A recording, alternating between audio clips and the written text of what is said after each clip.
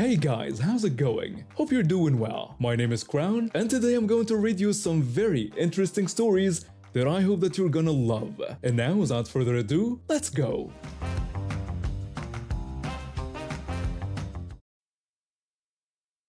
I've been working at this shoe store for about 3 years now. Started right after high school because I needed to help support my family, especially my dad. He's got a severe autoimmune condition that makes it hard for him to work full time, so every bit helps. The job itself isn't bad, decent co-workers, manageable hours, and it helps pay the bills while I take night classes at community college. When the pandemic hit in 2020, our store implemented strict safety protocols. Most customers understood, but some, well, you know how it goes. Being the only white employee there sometimes put me in awkward situations. Customers would occasionally try to make racist comments, thinking I'd agree with them just because of my skin color. I'd shut that down quick though. This incident happened in late 2021. The mask mandate was still in effect, and I was working the registers like any other day. My best friend had just moved out of his place after losing his dad to COVID-19. He'd been staying at my apartment for the past week, sleeping on my floor while he figured things out. It was tough seeing him go through that, especially since his dad had been perfectly healthy before catching the virus. I was ringing up customers when this woman approached my register. Before I could even greet her, she immediately started complaining about how ridiculous it was that we still had to wear masks. I tried to keep it professional and simply told her that I felt safer wearing it, hoping to move on with the transaction as I started scanning her items. But she wouldn't let it go. She kept insisting that it was completely safe and that we didn't need masks anymore. She went on about how the government was just trying to control everyone and that the situation wasn't as serious as they were making it out to be. I kept scanning her items, trying my best to ignore her comments. But then she crossed a line by claiming that nobody had actually died from COVID. At that point, something in me snapped. I stopped scanning and looked her straight in the eyes. I told her about my best friend's dad who had died from COVID, explaining how he had been completely healthy before getting sick. I described how my friend had to sleep on my floor while looking for a new place to live. I then told her about my immunocompromised dad and made it clear that I wouldn't risk his life and that she couldn't force me to put him in danger. The woman's face turned red, but she finally stopped talking about masks. When I finished ringing up her items, my hands were shaking. I could feel tears welling up in my eyes, thinking about my friend's dad and how scared I was for my own father. Predictably, she demanded to speak to my manager. I muttered under my breath that of course she would. My manager, who had overheard everything, came over right away. The woman immediately started complaining, claiming that I had gotten aggressive when she was just trying to make conversation about the masks. My manager, bless her heart, didn't hesitate to defend me. She told the woman that she had heard the entire exchange and that the woman was the one being inappropriate. She explained that our mask policy wasn't up for debate and that it was unacceptable to make comments about COVID deaths to employees who might have lost loved ones. She then told the woman she would need to leave after paying. The woman exploded, declaring she would never shop here again. My manager responded that it was her choice and asked her to either pay for her items or leave them behind. The woman angrily threw her credit card at me, jabbing at the pin pad while entering her number. After I handed her the receipt, she stormed out, but not before shouting that we were all sheep. My manager turned to me and told me to take my break, assuring me she had the register covered. I went to the break room and finally let those tears fall. My phone buzzed. It was a text from my friend asking if I wanted to grab dinner after my shift. Despite everything that had happened, it made me smile. At least I still had my dad, and I was going to do everything in my power to keep him safe no matter what entitled people had to say about it. I've been an emergency medical technician for about 7 years now, and I thought I'd seen it all, from the most bizarre accidents to the most heartbreaking situations. But what happened last week really takes the cake for the most infuriating encounter I've ever had on the job. That morning started like any other. My partner and I had just finished dropping off a patient at the hospital when we got an urgent call about a possible cardiac arrest on Main Street. The caller said an elderly man had collapsed while walking his dog. We were only 3 minutes away, so we hid the sirens and rushed there. When we arrived, we found a small crowd gathered around the man. A young woman was already performing chest compressions. Turns out she was a nurse who happened to be walking by. The man's little terrier was being held by another bystander, whimpering and trying to get to its owner. We quickly took over. I started preparing the defibrillator while my partner continued the compressions. The nurse gave us a quick rundown. The man had clutched his chest and collapsed about 5 minutes ago. No pulse, not breathing, classic signs of cardiac arrest. That's when I heard the most obnoxious car horn blaring continuously behind our ambulance. I announced that we needed to shock the patient and called for everyone to clear the area. Just as I was about to deliver the shock, an angry woman's voice cut through the tension. The woman started yelling at us, demanding we move the ambulance immediately. She was screaming about how we were apparently deaf for ignoring her honking. I tried to ignore her and focused on the patient. The first shock was delivered, and my partner immediately resumed compressions. The man's dog was still crying, adding to the chaos. The woman continued her tirade, yelling about having an important meeting and complaining that we couldn't block the entire street. My partner tried to explain that we were in the middle of saving someone's life, but she dismissed this, telling us we could do that somewhere else since this was a public street. She then tried to climb into our ambulance, actually reaching for the steering wheel. A bystander had to physically pull her back. She started threatening everyone, screaming about how important she was and how she'd have us all fired for touching her. I shouted for someone to call the police. The nurse who'd helped earlier was already on her phone with 911.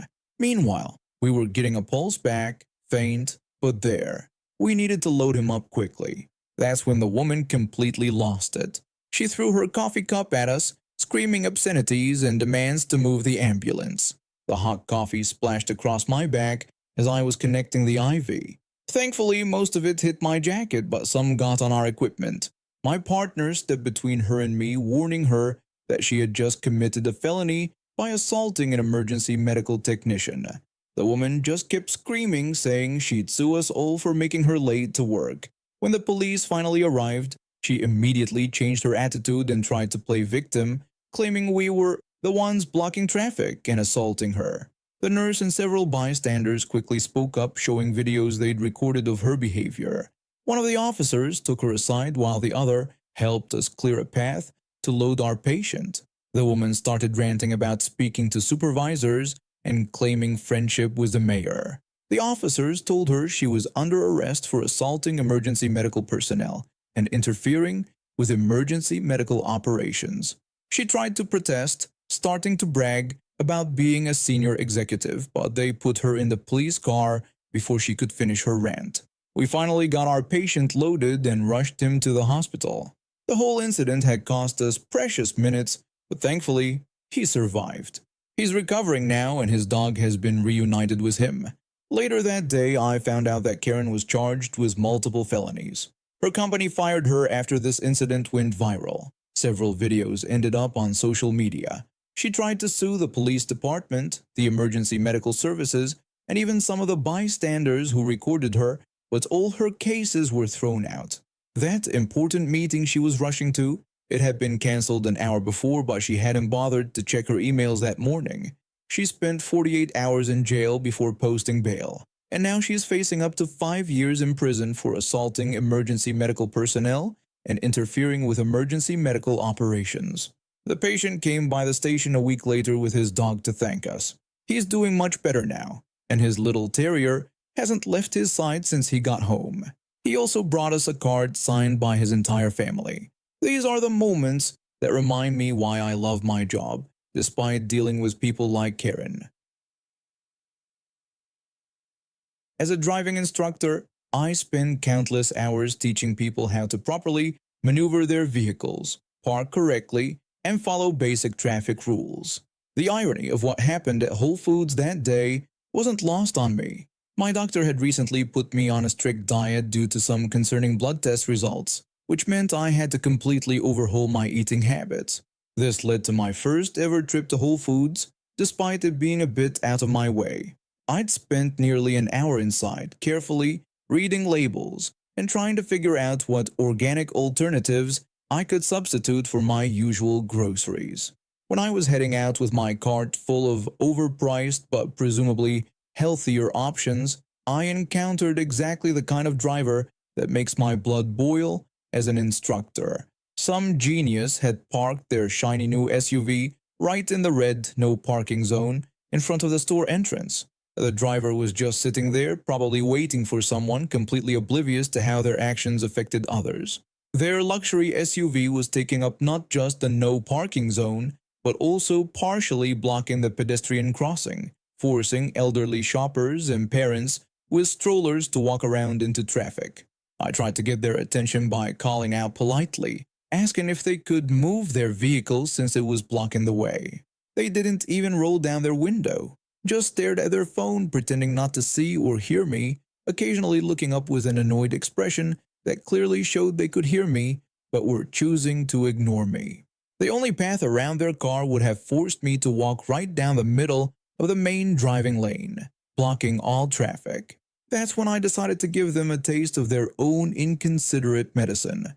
I stopped my cart right there, grabbed my grocery bags, and deliberately left the empty cart directly in front of their driver's side door. When I walked away, I heard the car door trying to open, followed by an angry slam. The driver started yelling after me, demanding I come back.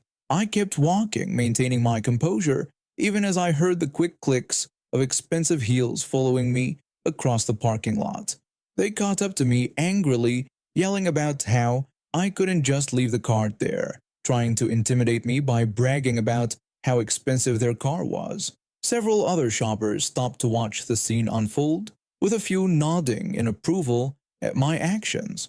I couldn't resist making a snide comment about how their car probably cost about as much as common courtesy. This seemed to infuriate them even more, and they started ranting about how they were just waiting for their spouse, who was only going to be 5 minutes. I reached my car and started loading my groceries while they continued their tirade about respect for other people's property. The irony of their words was apparently lost on them. That's when they tried to get clever. They jumped back into their SUV and attempted to park at an angle that would block me in. I could hear their self-satisfied "ha" from where I stood.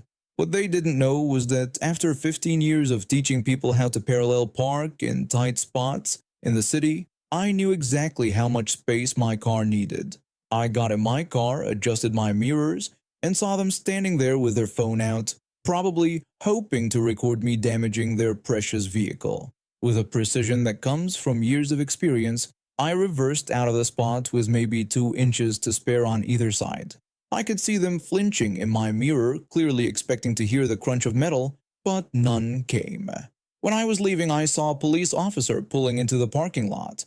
In my rearview mirror, I watched them approach the SUV that was still awkwardly angled across 2 spaces. Apparently, someone else had reported them for blocking the fire lane. Seeing the officer taking out their ticket book just as I turned the corner was quite the sight. Through my mirror, I could see them gesturing wildly, probably trying to explain why they were entitled to park wherever they wanted. But the officer seemed unimpressed. It reminded me of something I always tell my students. Knowing how to drive well isn't just about handling your vehicle, it's about respecting shared spaces and understanding that your convenience isn't more important than everyone else's safety. I treated myself to one of those organic chocolate bars from my shopping bag on the drive home. Later that evening, while enjoying my small victory snack, I checked the local community Facebook group and saw someone had posted about an entitled driver getting a ticket at Whole Foods. Several comments mentioned witnessing the cart incident, with most people agreeing the driver had it coming.